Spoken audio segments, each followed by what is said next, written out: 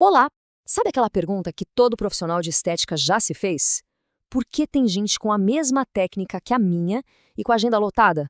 Pois é, hoje a gente vai fundo exatamente nisso. O que de fato separa uma boa execução de uma carreira que é, uau, extraordinária. Vamos descobrir juntos essa excelência que vai muito, mas muito além do procedimento. E vamos começar com essa verdade que, olha, às vezes dói um pouco admitir. A gente investe uma fortuna em cursos, domina os aparelhos mais modernos, refina a técnica até a perfeição e acha que isso por si só é o passaporte para uma agenda cheia. Só que não é bem assim, né? A técnica é fundamental, claro, é o nosso alicerce, mas ela é só o começo. E aí vem a pergunta de R$ 1 milhão. Se não é só a técnica, então o que é? Qual é o tal do segredo para ter clientes que não só voltam, mas que viram seus maiores defensores, que te indicam de olhos fechados? É exatamente esse mapa que a gente vai desenhar junto agora. Então, o nosso caminho vai ser este aqui. Primeiro, vamos entender por que só a técnica não basta. Depois, a gente vai mergulhar em como ler a pele de verdade, de forma dinâmica. Em seguida, vamos conectar tudo isso com a ciência por trás da experiência do cliente e, para fechar, como essa soma toda constrói uma autoridade que ninguém derruba. Vamos começar falando daquele problema silencioso, sabe? Aquele que trava muitas carreiras. Profissionais que são, nossa, incrivelmente bons, mas que de repente, pá, estagnam. A agenda não cresce, os clientes não aumentam e a frustração começa a bater. O curioso é que o problema quase nunca está na execução. Está naquilo que a gente não vê. E é aqui que mora um perigo enorme. A gente cai na armadilha de pensar que, se ninguém reclamou, tá tudo ótimo. Certo? Erradíssimo. Na maioria das vezes, um pequeno desconforto, aquela sensação de pressa, um detalhe que passou batido, isso não vira uma reclamação formal, vira um sumiço. O cliente simplesmente não volta. E o profissional fica ali, no escuro, sem a menor ideia do porquê. E essas armadilhas são super comuns, olha só. A gente começa com um protocolo de tamanho único, tratando peles completamente diferentes como se fossem a mesma coisa. Depois vem a pressa, que para o cliente soa como descaso. E o mais sutil de todos, ignorar aquele suspiro, aquele olhar de canto, os sinais que o corpo dá.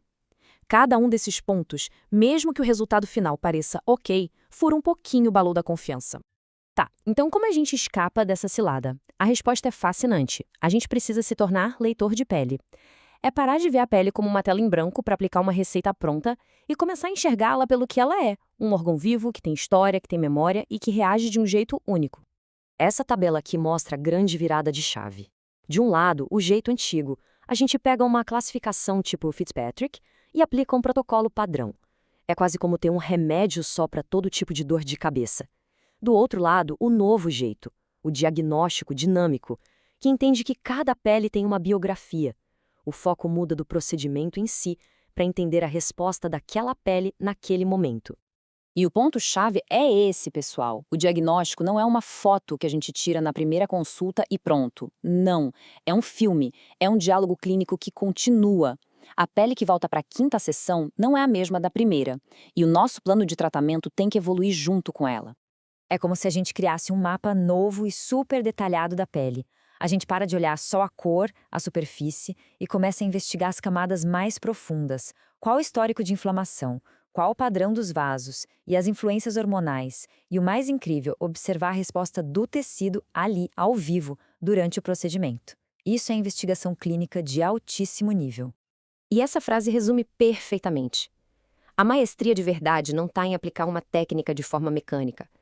Está nessa fusão inteligente entre o que a ciência diz, o que os nossos olhos de clínico observam e a sensibilidade de adaptar tudo isso para cada pessoa. Certo, então agora a gente já domina a ciência, viramos detetives de pele. Mas adianta ter o diagnóstico mais genial do mundo se a entrega for mais ou menos? É aqui que a ciência encontra a arte da conexão humana. Vamos entender como a experiência do cliente pode ou amplificar ou simplesmente anular toda a nossa competência. Pensa comigo, a sensação de segurança não começa quando a agulha encosta na pele, ela começa muito antes, Começa na hora que o cliente entra na sua sala e vê tudo organizado, na sua postura, no jeito de explicar cada passo do processo. A segurança é uma atmosfera que a gente cria antes mesmo de entregar o resultado. E essa é uma verdade muito poderosa. Daqui a alguns anos, o cliente talvez nem lembre dos detalhes técnicos do que foi feito, mas com certeza vai se lembrar de como se sentiu, seguro, ouvido, valorizado. É essa memória afetiva que faz ele voltar e te indicar. E essa jornada tem momentos decisivos. Olha só. Começa lá na primeira mensagem no WhatsApp, no jeito que a gente responde. Continua no ambiente da clínica, se aprofunda no diálogo durante o procedimento e se consolida no pós-cuidado. Cada um desses momentos é uma chance de encantar ou de decepcionar. Não existe etapa neutra aqui. Agora, vamos juntar as peças. Pensa na inteligência clínica como o motor de um carro de luxo e na experiência do cliente como o design, o conforto, o acabamento desse carro. Quando você junta os dois, você não tem só um carro, você tem um objeto de desejo. Você deixa de ser só mais uma opção e se torna uma autoridade no assunto. E essa mudança de mentalidade é tudo. De um lado, tem a mentalidade de prestador de serviço que troca tempo por dinheiro e vive brigando por preço. Do outro, a mentalidade de dona de negócio que constrói uma marca e comunica um valor que é só seu. Uma segue a receita de bolo, a outra pratica inteligência clínica. É a diferença entre esperar o cliente aparecer e criar um legado que atrai os clientes certos. O objetivo final é esse: se tornar o número 1. Não ser uma das opções na lista do cliente. Ser a escolha. A referência com quem mais ninguém consegue competir na mente dele. E como a gente chega lá? Construindo em cima destes 4 pilares: a inteligência clínica profunda que a gente já falou, uma experiência do cliente que é simplesmente magistral, uma comunicação que sabe mostrar todo esse valor e, claro, o compromisso de nunca parar de evoluir. Então, para a gente amarrar tudo, a mensagem central desta nossa análise é muito clara. O sucesso que se destaca, aquele que realmente dura, não vem de uma coisa só. Ele nasce da fusão poderosa entre dominar a ciência, ter uma empatia genuína e uma visão de negócio super estratégica. E para a gente fechar, fica essa reflexão. O procedimento em si pode durar 1 hora, talvez menos, mas a sensação, a memória que fica, essa pode durar para sempre. Quando os detalhes técnicos já tiverem sido esquecidos, o que os clientes vão se lembrar a seu respeito?